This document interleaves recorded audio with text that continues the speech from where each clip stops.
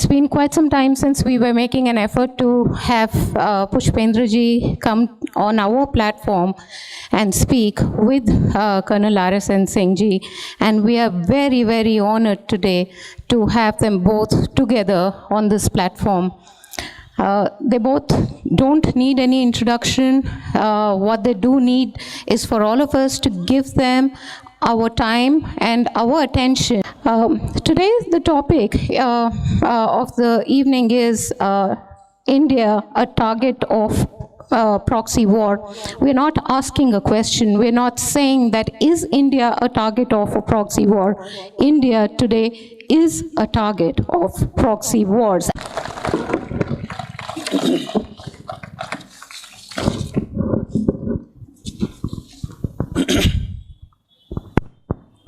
आप सबका बहुत बहुत शुक्रिया। ये महज इत्तफाक है या कोई ख़ास वजह है कि इस देश का सबसे बड़ा जोकर आपके शहर में रहता है और इसी शहर में मुझे बार बार आप दावत देते हैं और मेरे आने से पहले कोई ना कोई ऐसा बयान ज़रूर देता है जिसका जवाब देने के लिए आप लोग मुझे बुला लेते हैं। वैसे मेरा मानना है कि जोकरों और मदारी के ज़्यादा जवाब नहीं देने चाहिए, लेकिन जब किसी कौम की क़यादत जोकर और मदारी करने लगे हों तो फिर जवाब देना चाहिए। भाग्यनगर के ख़वातीन व हज़रात, आज के प्रोग्राम के मुंतज़मीन, आयोजक, ऑर्गेनाइज़र, अहम फाउंडेशन, इस फाउंडेशन की सदर मोहतरमा मोनिका रेड्डी जी, ख़वातीन व हज़रात, मेरे बुज़ुर्ग और नौजवान साथियों, देखिए मेरा मानना यह है, सिंह साहब से मैं ये बात इसलिए कहता हूँ, अक्सर लोग पूछते हैं कि आप उर्दू में क्यों बोलते हैं। कुछ लोगों को समझाने के लिए उनकी ही ज़बान में बात करनी पड़ती है ताकि कल वो ये शिकायत न करें कि हमारी बात समझ में आई नहीं, इसलिए साफ साफ समझ में आ जाए इसलिए कहना पड़ता है। सिंह साहब ने बहुत सारी बातें बहुत तथ्यों के साथ पूरे इतिहास को रेफरेंस लेके कही हैं, लेकिन मैं ये मानता हूं कि एक ऐसा मूवमेंट है इस जनरेशन के सामने जिसमें हम तमाम सारे लोग हैं। हमने जो भी इतिहास पढ़ा है वो किसी का लिखा हुआ है, अच्छा लिखा है, बुरा लिखा है, फैक्ट लिखे हैं, नहीं लिखे हैं, उस पर डिबेट बहुत सालों से चल रही है। लेकिन इतिहास ने आपको एक ऐसा मौका दिया है कि अब आप इतिहास लिख सकते हैं।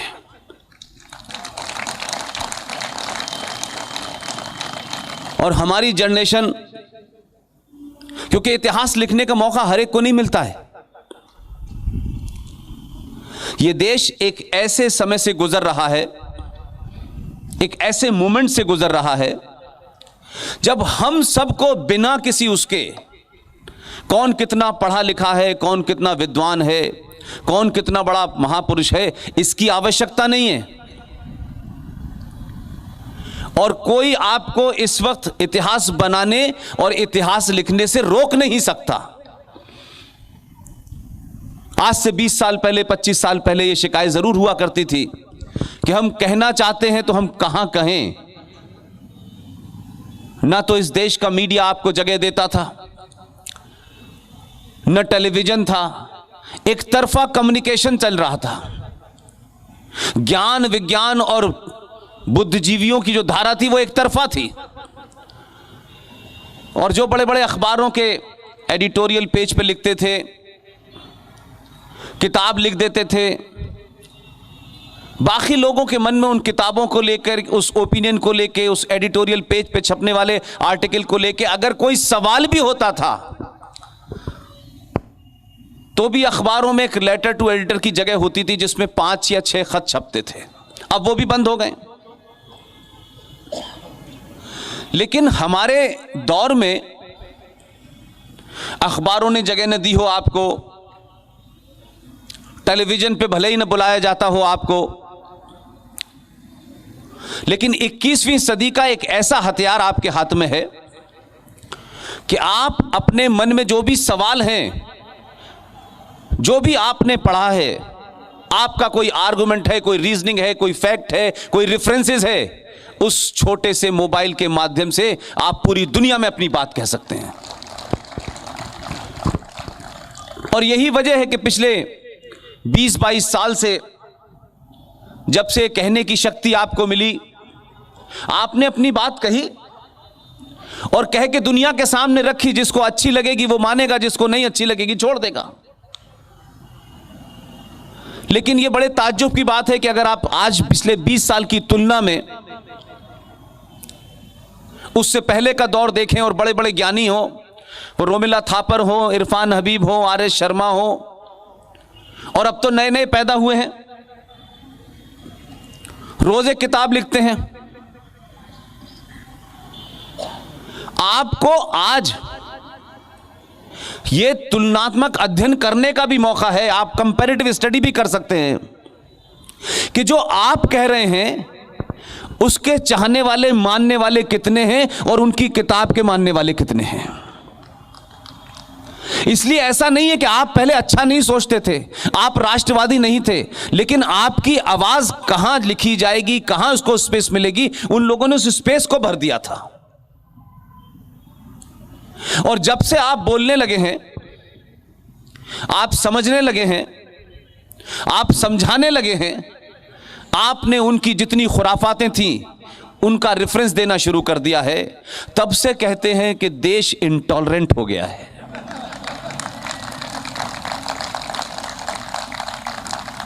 ये जो एक तरफा टॉलरेंट सोसाइटी बनाई थी बुद्धिजीवियों ने,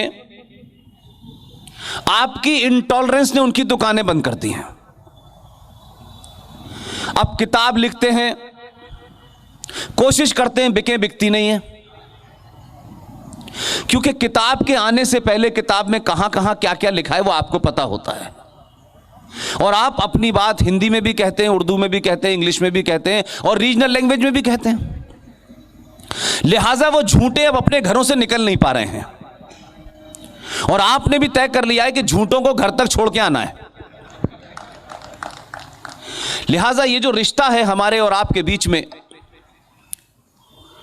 और मोनिका जी इस रिश्ते में जो ब्रिज का काम कर रही हैं, चाहे वो सुशील पंडित हो, मेजर जनरल जी.डी. बख्शी साहब हो, गौरव आर्या हो, ललित अंबरदार हो, कैप्टन सिकंदर रिजवी हो, ये तमाम सारे लोग जिनका किसी पार्टी, किसी विचारधारा, किसी संगठन से कुछ भी लेना देना नहीं है, ये तमाम सारे लोग देश भर में जा रहे हैं, अपनी बात कह रहे हैं। लोग इसी से घबराए हुए हैं। लोग हमारी बात क्यों ज्यादा सुन रहे हैं और उनकी क्यों नहीं सुन रहे? उनकी समस्या यह है। लेकिन कम्युनिकेशन पे किसी का दौर नहीं है, कोई रोक नहीं सकता। इसीलिए यह आवाज अमेरिका में भी सुनी जा रही है, मॉरिशस में भी सुनी जा रही है, बैंकॉक में भी सुनी जा रही है। फकत यह है कि दुनिया के हर शहर में बात लोग सुन रहे हैं और लोगों के अंदर एक भाव पैदा हो रहा है।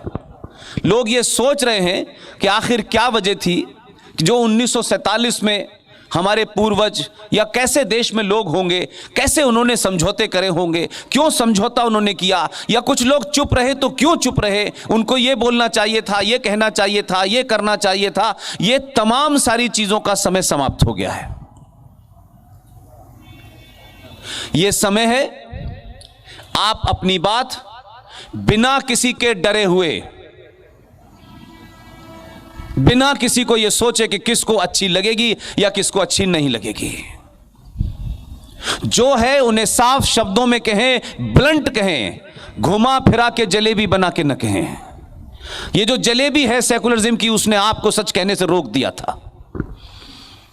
आपके मन में कोई बात है, शब्दों की मर्यादा रखें, भाषा की मर्यादा रखें, अपनी बात को कहें, पूरी ताकत के साथ, पूरी ईमानदारी के साथ कहें। अगर आपकी बात में तथ्य होगा तो दुनिया सुनेगी, और आपकी बात में तथ्य होगा तो लोग वैसे ही डंप कर देते हैं जैसे 2014 में किया है।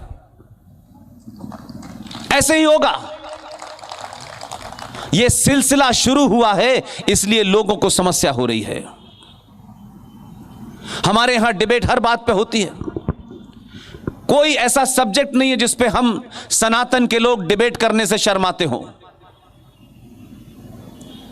लेकिन हमारी 5000 साल पुरानी सभ्यता और परंपरा, हमारे आदर्श, हमारे मूल्य, उन्होंने हमें बहुत कुछ ऐसा कहने से रोका कि हमें उस स्तर पे नहीं जाना चाहिए। हमें अपना स्टेटस बरकरार रखना चाहिए, दुनिया कितनी भी खराब हो जाए। लेकिन महापुरुष होने के लिए, एक महान सभ्यता होने के लिए भी आपको अपने दुश्मन के स्तर पर आकर के उससे लड़ना पड़ता है। लिहाजा यह नहीं हो सकता कि आज जिस दौर में हम हैं, जिन संकटों से, जिन चैलेंजेस से यह देश गुजर रहा है, हम अपनी महानता को इस बार बार उसका वर्णन करें और अपने दुश्मन का जवाब न दें, और दुश्मन से कहें कि शायद वो हमारे मूल्यों को, परंपराओं को, हमारे स्टेटस को समझेगा। वो समझने वाला नहीं है।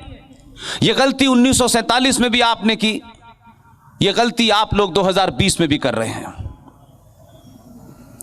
सिंह साहब ने कहा कि देखिए, एक प्रधानमंत्री आया, उसकी आवाज, उसका कैरेक्टर, उसका किरदार, उसकी क्रेडिबिलिटी इतनी जबरदस्त थी कि उसने देश से कहा कि देश संकट के दौर से गुजर रहा है और हमारी फौजों के लिए अनाज की कमी है, क्या यह देश एक वक्त का खाना छोड़ सकता है? लोगों ने छोड़ा।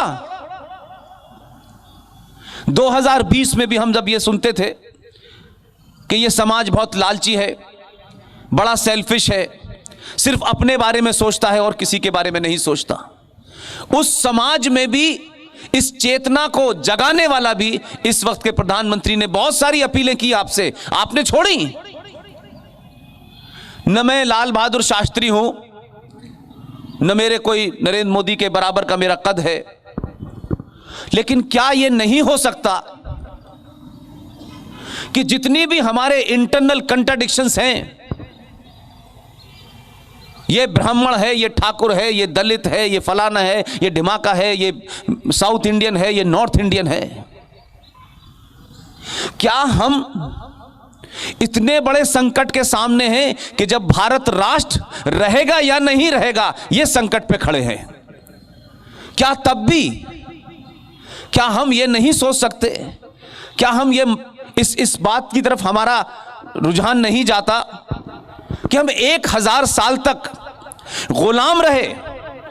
मैं तो कह रहा हूं कि बहुत सारे देशों में लोग गुलाम रहते हैं, लेकिन गुलाम अगर आप बहादुरों के रहे तो यह रहता है कम से कम कि हम किसी के गुलाम रहे तो एक महान सभ्यता के रहे, महान लोगों के गुलाम हुए। मेरा दुख यह है, हम बौनों के गुलाम रहे, हम चोर उठाई गिरों के गुलाम रहे, हम बलात्कारियों के गुलाम रहे, हम लुटेरों के गुलाम रहे। मुझे शर्म इस बात की है, हार जीत जीवन में होती है, लेकिन आप हारे किससे, यह महत्वपूर्ण होता है। जिन कारणों से हम 1000 साल तक इस स्थिति में पहुंचे, आज भी हमारे समाज ने गलत बात करना, गलत नैरेटिव करना नहीं छोड़ा। बार बार कहता हूं मैं कि अपने आदर्श को अपने मन में रखिए, लेकिन जो यथार्थ है उससे लड़ने के लिए उसी हथियार का इस्तेमाल करना पड़ेगा जो दुश्मन लेके आपके सामने खड़ा है। इसलिए हम आधी आधी बातें पढ़ते हैं। हमारे बुजुर्गों ने जो गलती की है,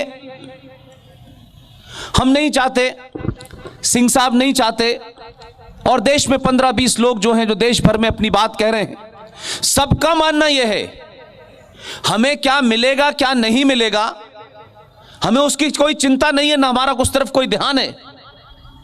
हमको सबको लगता है कि कोई शक्ति है, कोई कारण है कि हम लोग बिना किसी उसके, बगैर किसी से पूछे, हम सब लोगों ने अपना रोल तय कर लिया है। और हम जब ये सब कहते हैं तो मुझे लगता है कि इस समाज को भी अपना रोल तय करना चाहिए। जो जहां है, जिस स्थिति में है, जो उसकी योग्यता है, जो उसकी सलाहियत है, वो तय करे कि मुझे राष्ट्र के लिए क्या करना है। बहुत साल आप जी लिए हैं, ये बड़े बड़े मकान, ये बड़ी बड़ी गाड़ियां, ये आईटी इंडस्ट्री के सीईओ, ये राष्ट्रपति भवन, ये पार्लियामेंट, इस देश में तमाम ऐसी चीजें हैं जिसका वर्णन किया जा सकता है। ये एक भी नहीं रहने वाला है, ये ध्यान रखिएगा। कुछ कारणों के वजह से, क्योंकि आप हैं, बीच बीच में लोगों को लगता है कि कहीं ऐसा ना हो कि इनको अपने होने का एहसास हो जाए। 70 साल तक आपके नेताओं ने आपको बौना बना के रखा, आपसे झूठ बोला, आपके अंदर कुंठा भर दी। आप जिस महान सभ्यता के थे, उस सभ्यता को ही खारिज कर दिया। और कुछ लोगों ने तो यह बताया कि यह देश 1947 में बना था और 1947 में ही हमारे पिताजी पैदा हुए थे। हमारे यहां बहादुरों की कहानी पढ़ाई नहीं गई। इस देश की मां और बहनों ने चमत्कार में बिलीव करना शुरू कर दिया। दोपहर में खाना बनाया और बाबा के यहां चमत्कार पाने चली गई। हमारी माओ ने जीजाबाई बनना छोड़ दिया। हमारी माओ ने, बहनों ने रानी लक्ष्मीबाई बनना छोड़ दिया। और उसी की वजह से अब हमारे यहां तैमूर पैदा हो रहे हैं।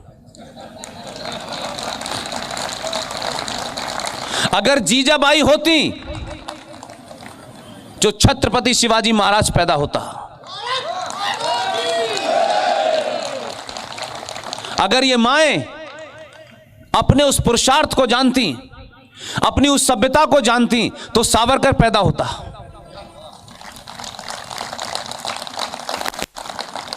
हमारे अंदर कमियां आई। हमने जो 1000 साल पहले गलतियां की, वो हम आज भी दोहरा रहे हैं। क्या यह मुमकिन नहीं है? इसके लिए कोई बहुत बड़ा आपको युद्ध नहीं लड़ना है। युद्ध आप अपने घर से शुरू कर सकते हैं। जो सामने दुश्मन है, जो इस देश को तोड़ना चाहते हैं, जिनकी ख्वाहिश है, वो लगे हुए हैं पिछले 70 साल से। आजादी की भी लड़ाई तथाकथित आपने लड़ी और बार बार ये झूठ बोला गया, खुल्लम खुल्ला झूठ बोला गया इस देश में। यह आजादी की लड़ाई हिंदू, मुसलमान, सिख, ईसाई ने सबने मिलकर लड़ी है। यह बहुत बड़ा झूठ है इस देश में। आप यह सच माने में लड़ाई लड़ रहे थे, लेकिन कुछ लोग लड़ाई लड़ रहे थे इसलिए कि उन्हें पाकिस्तान चाहिए था, और हमने पाकिस्तान दे भी दिया। चलो भाई, थोड़ी देर के लिए मान लें कि इन्हें पाकिस्तान चाहिए, पाक जमीन चाहिए, इस्लाम चाहिए, उनको अपनी पाक जमीन मुबारक और इस्लाम भी मुबारक। लेकिन यहां रह गए आप। हमने तो कहा नहीं था। लेकिन मेरा गुस्सा आपसे इसलिए है, मेरी नाराजगी आपसे इसलिए है कि ये जो बीमारी है हमें सच झूठ बोलने की, या तो ये हमारी कायरता की वजह से है, या हम डरपोक लोग हैं, या हम लड़ने से डरते हैं, या कुछ खो जाएगा इससे डरते हैं। इसमें से कोई एक कारण हो सकता है। जिनको जाना था वो चले गए, कम से कम वो ईमानदार थे, उन्होंने बता दिया हमारा इरादा ये है। लेकिन इस देश में ये कहा नहीं नहीं नहीं नहीं, जिसका जिक्र सिंह साहब ने किया 1946 का चुनाव, ऑल इंडिया मुस्लिम लीग ने वोट मांगा कि पाकिस्तान बनाना चाहते हैं, कौन कौन उसके हक में है, इस पे वोट मांगा। 475 सीटों में से 425 सीटें हिंदुस्तान के मुसलमान ने पाकिस्तान बनाने के फेवर में दी, लेकिन गया यहां से 2% नहीं। और वो गया नहीं तो यकायक 47 आते ही वो राष्ट्रवादी हो गए, भारत के प्रति उनकी आस्था बदल गई। तो ये झूठ हमने चलाया। उनका एजेंडा कल भी क्लियर था, उनका एजेंडा 1400 साल पहले भी क्लियर था। उन्होंने कोई कंफ्यूजन नहीं रखा। कंफ्यूजन आपके अंदर है। आप उस कंफ्यूजन में रहना चाहते हैं तो रहिए, लेकिन राष्ट्र को गिरवी मत रखिए। जिनको सत्ताओं पे बैठना है बैठे, जिनको राजनीति करनी है करें, लेकिन देश और राष्ट्र में फर्क करना सीखिए। धर्म और मजहब में फर्क समझिए क्या है। यहां बड़े सारे बुद्धिजीवी बैठे होंगे। हम बार बार ये कहते हैं सारे धर्म बराबर हैं। चलिए, मुझे खुशी है कि आप लोगों को इस बात का एहसास हो गया है कि इससे बड़ा कोई झूठ नहीं हो सकता। और मैं अपनी कोई बात जज्बाती होकर नहीं करता। मैं किसी के खिलाफ नहीं हूं और किसी की शान में कोई गुस्ताखी भी नहीं करना चाहता, लेकिन अगर गुस्ताखी करनी पड़ेगी तो खुलेआम करूंगा। सारे धर्म बराबर हैं, यह जब ही तय होगा जब सारे धर्म हो। हम सनातनियों ने 5000 साल पुरानी सभ्यता, जो करोड़ों साल पहले, जब से ये कायनात थी, जब से ये यूनिवर्स था, ये ब्रह्मांड था, ये कब से था मैं नहीं जानता, लेकिन जब से ये ब्रह्मांड था, आज है और पता नहीं करोड़ों साल तक रहेगा। जब तक था, जब तक है और जब तक रहेगा, सिर्फ दुनिया में, इस ब्रह्मांड में एक ही धर्म था, एक ही धर्म है और एक ही रहेगा। उसका नाम है सनातन।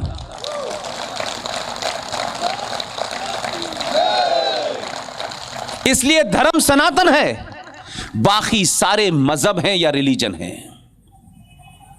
रिलीजन की कोई किताब होगी, रिलीजन का कोई पैगंबर होगा, रिलीजन में यह करना है यह नहीं करना है। रिलीजन पैदा होते हैं, मर जाते हैं, धर्म नहीं मरता, धर्म अनंत काल तक रहता है। इसलिए सारे धर्म बराबर हैं, यह कहने वाले गधे और घोड़ों में बराबरी कर रहे हैं। अकबर ने भी एक मजहब चलाया था, वो कहां गया ढूंढ के लाइए। तो आप जब इस किस्म के नैरेटिव बनाते हैं तो आप गलत रास्ते पे, गलत मंजिल पे पहुंचते हैं।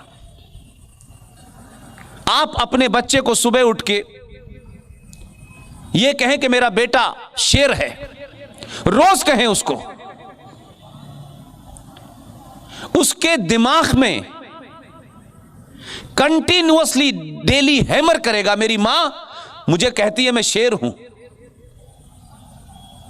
उसके अंदर धीरे धीरे शेर की छवि और उसका भाव उसके अंदर बन जाएगा। और सुबह उठ के कहें पोक है, वो नहीं भी होगा तो हो जाएगा। यह साइकोलॉजिकल बात नहीं, आप एक्सपेरिमेंट करके देख लीजिएगा। और इसका सिर्फ एक ही तरीका है कि अगर आपके घर में 2 अक्टूबर में जो पैदा हुए थे उन्हें हटा दीजिए, और जो 23 जनवरी को पैदा हुआ था उसकी तस्वीर लगा लीजिए। आप रोज देखेंगे उसको, तो रोज उसके इतिहास को आपकी आंखों के सामने से गुजरना होगा। और आपके घर में बच्चा पूछेगा ये कौन है आदमी जो 23 जनवरी को पैदा हुआ था, तो आप उसे उसका इतिहास बताएंगे, तो उसमें यह पैदा होगा कि मैं ऐसा बन सकता हूं। हमने लुटेरों का, कायरों का इतिहास पढ़ाया है, इसलिए कहा जाता है Aurangzeb the great, Akbar the great.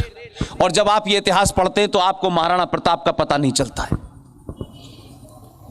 सरकारें पढ़ाती हैं, उनका अपना एजेंडा होता है, लेकिन हमारे यहां तो दादी नानी कहानियां सुनाती थी। वो कहानियां आपके जहन में हैं, इसलिए कुछ चीजों में आपको कुछ करना नहीं है। दूसरा, यह कहना बंद कर दीजिए फ्रॉड कि मस्जिद अल्लाह का घर है और मंदिर भगवान का घर है। यह सबसे बड़ा झूठ है। कोई कुरान की किताब यह नहीं बताती, जितनी भी कुरानें दुनिया भर में हैं बताते हैं कोई 7 हैं, कहते मुसलमान एक हैं लेकिन एक कोई कुरान नहीं है। अल अज़हर यूनिवर्सिटी का भी कुरान है, फ्रांस में भी एक किताब है जो मिली हुई है उस जमाने की, लेकिन इस पर डिबेट चल रही है कि मस्जिद जो है वो अल्लाह का घर नहीं है। मस्जिद इस्लाम के अंदर होली शराइन नहीं है, नमाज पढ़ने की जगह है, न वहां कहीं अल्लाह को स्थापित किया गया है, न वहां कोई ऐसी चीज हो रही है जिसको कहें ये वो साफ जगह होती है, आप नमाज पढ़ सकते हैं। मस्जिदें रोज टूटती हैं, सड़क चौड़ी कर दी जाती है। और ये यहां नहीं, ये जो नकली मुसलमान हैं हिंदुस्तान के, इनकी बात नहीं कर रहा। जो असली हैं, जो हरमैन शर्मैन शरीफ, जो काबा के खाने काबा के जानने वाले हैं, उसके रखवाले हैं, जहां प्रॉफिट मोहम्मद थे, मक्का और मदीना में 2 जगह उनका जिंदगी गुजरी, वहां कोई मस्जिद टूटने से पहले नहीं पूछा जाता है कि सुप्रीम कोर्ट में केस डाल के पूछे कि बाबरी मस्जिद तोड़े या ना तोड़े। वो असली मुसलमान वही हैं। लेकिन यहां जो हिंदुस्तान का मुसलमान है वो 99% मक्कार है, झूठा है, मुनाफिक है, अपने से भी झूठ बोलता है, इस्लाम से भी झूठ बोलता है, इस मुल्क से भी झूठ बोलता है, सच बात नहीं बताता। सच बताओ, जो है वो करो। और मैं तो बार बार अपील करता हूं कि अगर इस मदारी, इस जोकर में दम है तो आप एक काम करें ना।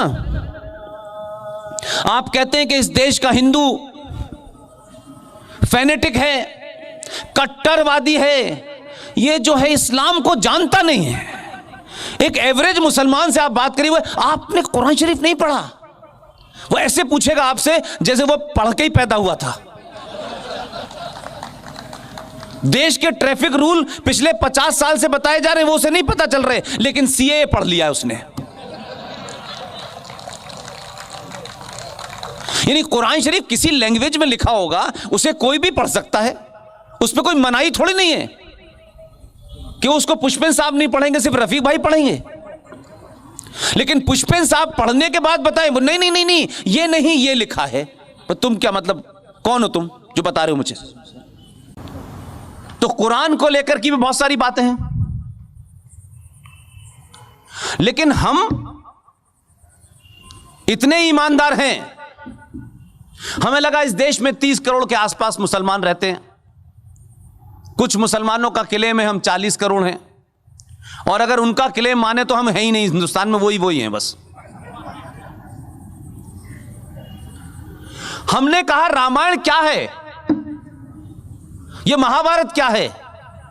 हम सुनते सुनते थक गए, तब तो हमको पता नहीं चला। और अल्लाह ने हमें ऐसी जगह पैदा किया, न जहां गीता थी, न रामायण था, कुरानी मजीद था सिर्फ। घर के बराबर में मस्जिद थी, स्कूल में बगनबेरिया की डड्डी से मौलवी साहब हमें कलमे याद कराते थे। अच्छे अच्छे को याद हो जाता है, हमें भी याद हो गया। अब हम जब उस कलमों के बारे में बताते हैं तो कहते हैं पुष्पेन साहब आप गलत बता रहे हैं। अब जब सार्वजनिक तौर पे पूछ लो तो जवाब नहीं देते, फोन करते हैं, तेरी गर्दन काट देंगे। अरे मैंने कहा मूर्खों, जो तुम धमकियां देते हो, जरा कुरान शरीफ के पन्नों को पलटो, उसी में लिखा हुआ है जो आया है उसके जाने का वक्त तय है, जगह भी तय है। तुम्हारी औकात क्या है जो तुम किसी को उसके वक्त से पहले भेज दो? इसलिए धमकियां वही देते हैं जो कमजोर होते हैं। ताकतवर आदमी धमकी नहीं देता है। ताकतवर आदमी आता है, किताब उठाता है, पार्लियामेंट में जाता है और 370 समाप्त हो जाता है।